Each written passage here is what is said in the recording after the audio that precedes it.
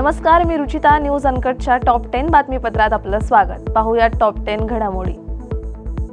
पंतप्रधान नरेंद्र मोदी हे आजपासून 3 दिवसांच्या फ्रान्सच्या दौऱ्यावर आहेत. फ्रान्सचे अध्यक्ष इमॅन्युएल मॅक्रॉन यांच्या निमंत्रणावरून मोदी हे या देशाला भेट देत असून उद्या होणाऱ्या कृत्रिम बुद्धिमत्ता कृती परिषदेत ते सहभागी होणार आहेत. मोदी आणि मॅक्रॉन यांच्यात द्विपक्षीय आणि शिष्टमंडळ पातळीवर चर्चाही होणार आहेत. हे दोन्ही नेते भारत फ्रान्स सीईओ फोरमलाही संबोधित करणार आहेत.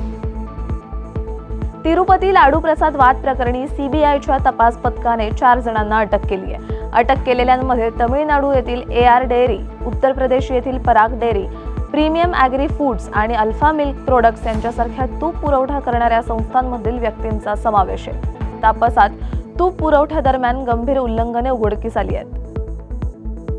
वैद्यकीय शिक्षण पूर्ण केलेल्या डॉक्टरांना सेवेच्या बंधपत्रानुसार 1 वर्ष ग्रामीण भागातील सरकारी रुग्णालयात काम करावं लागतं. परंतु अनेक डॉक्टर ग्रामीण भागात बॉन्डची सेवा करण्यास जात नाहीत. हे लक्षात घेऊन आरोग्य विभागाने कठोर भूमिका घेतली असून डॉक्टरांनी ग्रामीण भागात सेवा देणं गरजेचं असल्याचं सांगत ग्रामीण भागात 1 वर्ष पूर्ण झाल्यानंतरच त्यांचं प्रमाणपत्र पोर्टलवर अपलोड करण्यात येणार असल्याची माहिती आरोग्य मंत्री प्रकाश आंबेडकर यांनी दिली आहे. कळंबोली सर्कलमधील बांधकामामुळे आजपासून मुंबईकडे जाणारा एक्झिट मार्ग पुढील 6 महिन्यांसाठी पूर्णपणे बंद राहणार आहे. महाराष्ट्र राज्य रस्ते विकास महामंडळ नवीन उड्डाणपूल आणि अंडरपास बांधण्याचं काम सुरू करत असल्यामुळे हा मार्ग बंद करण्यात येतोय.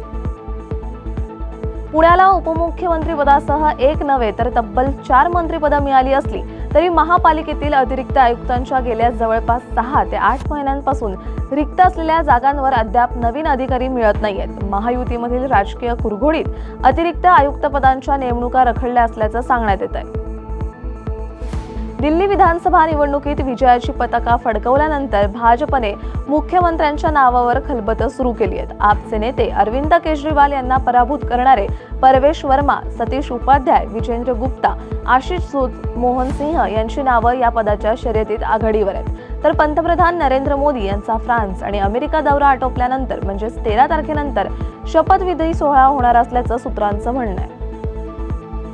त्रिवेणी संगमात पवित्र स्नान करण्यासाठी महाकुंभमेळा क्षेत्रात भाविकांची प्रचंड गर्दी वाढतीये. आतापर्यंत सुमारे 41 कोटी भाविकांनी पवित्र स्नान केलंय. तुकाराम महाराजांचे 11वे वंशज दिवंगत कीर्तनकार शिरीष महाराज मोरे यांच्या कुटुंबियांना आर्थिक मदत करण्याचा निर्णय उपमुख्यमंत्री एकनाथ शिंदे यांनी घेतलाय. काल त्यांनी मोरे कुटुंबियांना 32 लाख रुपयांची मदत देण्याचा निर्णय घेतला. हैदराबादमधील प्रख्यात वेलजन उद्योग समूहाचे चेअरमन आणि व्यवस्थापकीय संचालक VC जनार्दन राव यांची नातवाने 73 वार करून हत्या केली आहे. मालमत्तेच्या वादातून ही हत्या करण्यात आल्याचं पोलिसांनी सांगितलं असून त्यांच्या नातवाला अटक करण्यात आली आहे. कटकमधल्या बारामती स्टेडियमवर खेळल्या गेलेल्या दुसऱ्या एकदिवसीय सामन्यात भारताने इंग्लंडचा 4 विकेट्सने पराभव केला. यासह टीम इंडियाने 3 सामन्यांच्या एकदिवसीय मालिकेत 2-0 अशी अभेद्य आघाडी घेतली आहे. भारताने सलग 7व्यांदा मालिका विजय नोंदवला. या बातमीसह टॉप 10 मध्ये इथेच थांबूयात. पाहत रहा न्यूज अनकट.